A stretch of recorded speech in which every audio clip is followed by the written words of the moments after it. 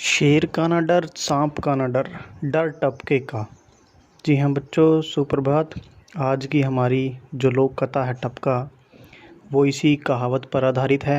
शेर और सांप का डर नहीं, टपके का डर है। अब ये टपका क्या है, ये हमें ये लोक कथा और कहानी पढ़कर ही पता चलेगा। जैसा कि आप इस कहानी में जो तस्वीर दी हुई है कि एक व्यक्ति शेर की पीठ के ऊपर बैठा और सवारी कर रहा है। अब ये जो शेर का सवारी कर रहा है, इसका मतलब ये व्यक्ति शेर से तो नहीं डरता। टपका क्या है, ये क्या बला है जिससे वो डरता है। अब मैं थोड़ा सा आपको टपके के बारे में बता दूं कि टपका क्या है। टपका एक तो वो होता है जब बारिश होती है और बारिश होने पर जो घर की छत है वो टपकती है। अब कहीं क्या है, सबके घरों की जो छतें हैं वो पक्की नहीं होती, कच्ची भी होती हैं।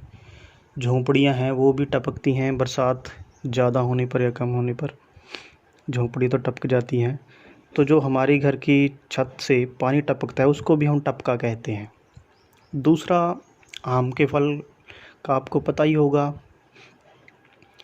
जब आम का फल पक जाता है और वो पकने के बाद पेड़ से अपने आप टूट कर नीचे गिर जाता है, वो भी टपका है। यानी आम का फल पकने के बाद अपने आप पेड़ से टूट कर गिर जाए, वो भी टपका है। आपने कई बार आम बेचने वाले से सुना होगा कि कहता है ये टपके वाला आम है, और वो टपके वाला आम होता भी बहुत मीठा है, क्योंकि वो पकने के बाद अपने आप टूट कर नीचे गिरता है। तो अब इस लोक कथा में हमें नहीं पता कौन से टपके की बात हो रही है, बरसात के टपके की हो रही है या आम वाले टपके की बात हो रही है। ये हमें कहानी पढ़ने के बाद ही पता चलेगा कि यहाँ कौन से टपके की बात हो रही है जिससे डर लगता है। चलिए तो अब हम इस कहानी को पढ़ना शुरू करते हैं। एक था धोबी जिसका नाम धनिया था। वह लोगों के कपड़े धोया करता था। अब वो धोबी था तो उसका काम था लोगों के कपड़े धोना। बस्ती के बाहर उसकी एक झोंपड़ी थी, वो उसमें रहता था, जो कि बहुत पुरानी थी। सावन भादों की ज़ोरदार बारिश हो रही थी। ये सावन और भादों हमारे यहाँ के देसी महीनों के नाम हैं जिनमें सबसे ज़्यादा बरसात होती है। उसे हर समय टपके का डर बना रहता था कि लोगों के कपड़ों पर टपका पड़ जाए तो आई भारी आफत। टपके का दाग धुलता भी नहीं। तो धनिया अपनी पत्नी से कह रहा था कि बड़े ज़ोर की बरखा हो रही है, बरखा यानी बारिश हो रही है। इतना डर मुझे शेर का भी नहीं है जितना कि टपके का है। अब वो यहाँ पर कौन से टपके की बात कर रहा है?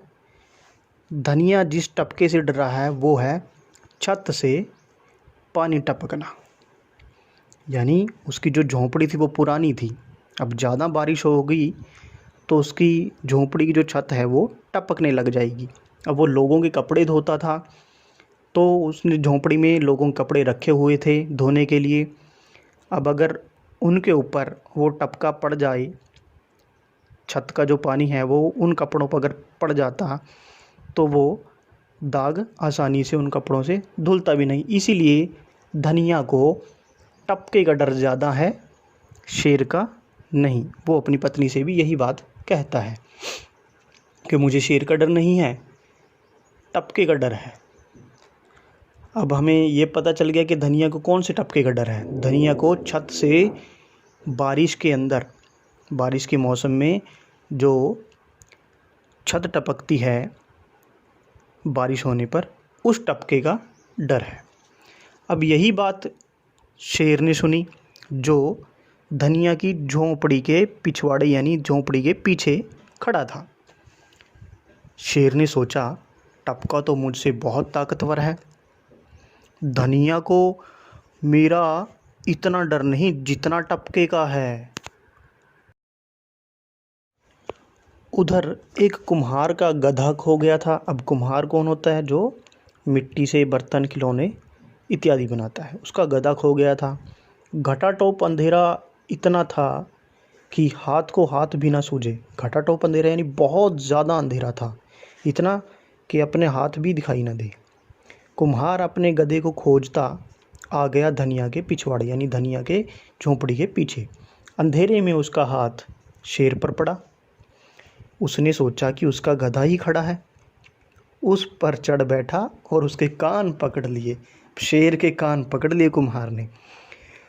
कड़क कर बोला, गधे के बच्चे, यहाँ छिपा खड़ा है। तेरी ऐसी गति बनाऊं कि याद करे सारी उम्र। शेर ने सोचा, आ गया टपका, अब खैर नहीं। वह सरपट दौड़ने लगा। कुम्हार ने मन ही मन सोचा, यह गधा मेरे गधे जैसा तो नहीं है। वह तो मरियल सा था, मरियल सा मतलब कमज़ोर सा था, लेकिन यह तो मोटा ताज़ा है, बिजली की तरह दौड़ता भी है। खूब हाथ लगा। शेर जंगल की तरफ दौड़ा जा रहा था। सहसा बिजली चमकी, एकदम बिजली चमकी। कुम्हार ने गौर से देखा। यह देखकर उसके तो होश उड़ गए कि वह गधे पर नहीं शेर पर बैठा है। उधर शेर था कि तेजी से भागा चला जा रहा था।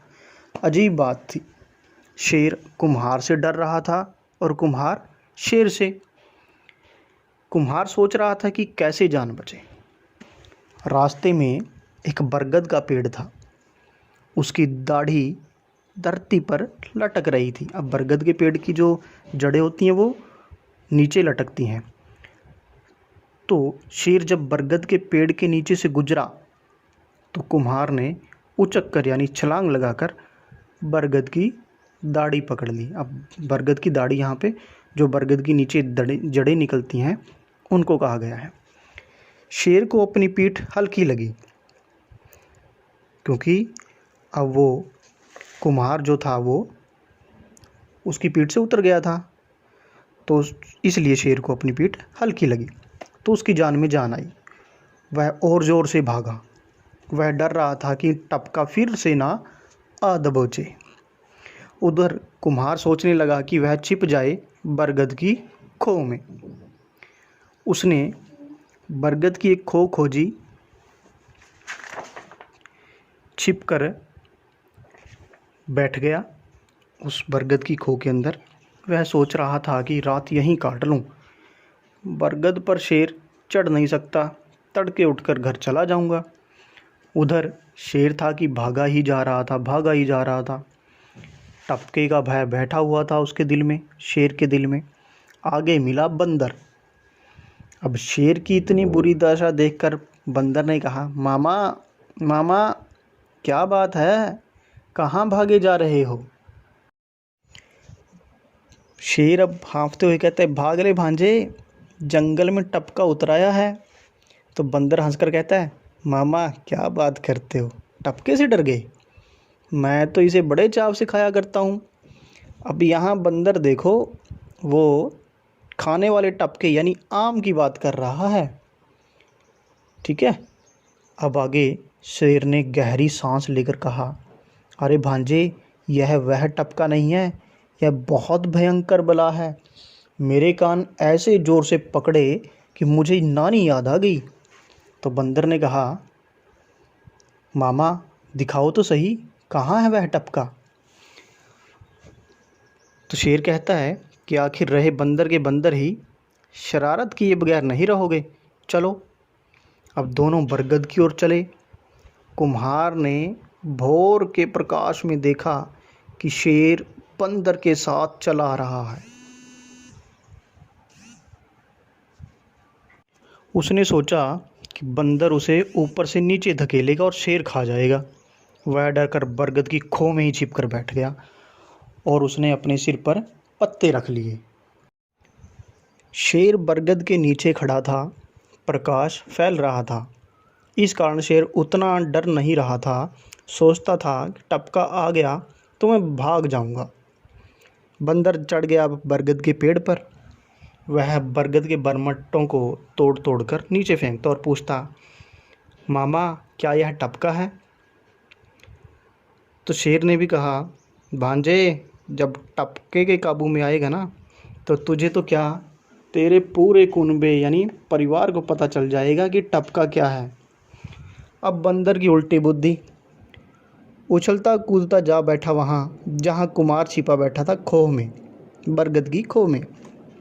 कुम्हार ने सोचा कि आ गया सिर पर दुष्ट, अब क्या करें। बंदर की पूँछ खोह के भीतर कुम्हार के मुंह के सामने लटक रही थी। कुम्हार ने सोचा कि बहुत बढ़िया अवसर हाथ लगा गया, अवसर चूक गए तो फिर क्या बात बनी। उसने बंदर की पूँछ को जकड़ लिया अपने दोनों हाथों से। अब बंदर जब वहाँ से उछलकर दूसरी टहनी पर जाने का प्रयास करने लगा तो उसे वहाँ से हिला भी ना गया। पूँछ भारी लगी बंदर को। उधर शेर ने कहा, क्यों भांजे, क्या हाल है। अब बंदर भी डर गया। उसने पूँछ छुड़ाने के लिए अपना ज़ोर लगाया। कुछ ज़ोर बंदर ने लगाया और कुछ ज़ोर कुम्हार ने। इससे क्या हुआ कि बंदर की पूँछ उखड़ गई और वो बंदर पेड़ से नीचे आ गिरा धम से। शेर पहले ही भाग खड़ा हुआ था, अब बंदर भी उठकर भाग गया। दोनों भागते भागते दूर निकल गए। तो शेर बोला, क्यों भांजे, आ गया ना टपके के काबू में। तो बंदर कहता है, मामा कौन कहता है कि वह टपका था, वह तो पूँछ उखाड़ था। तो बच्चों, ये थी कहानी टपके की और उसके डर की। टपके से धनिया भी डरा, शेर भी और बंदर भी। बंदर ने तो डर के मारे अपनी पूँछ तक उड़वा ली। बच्चों, कैसी लगी आपको ये कहानी?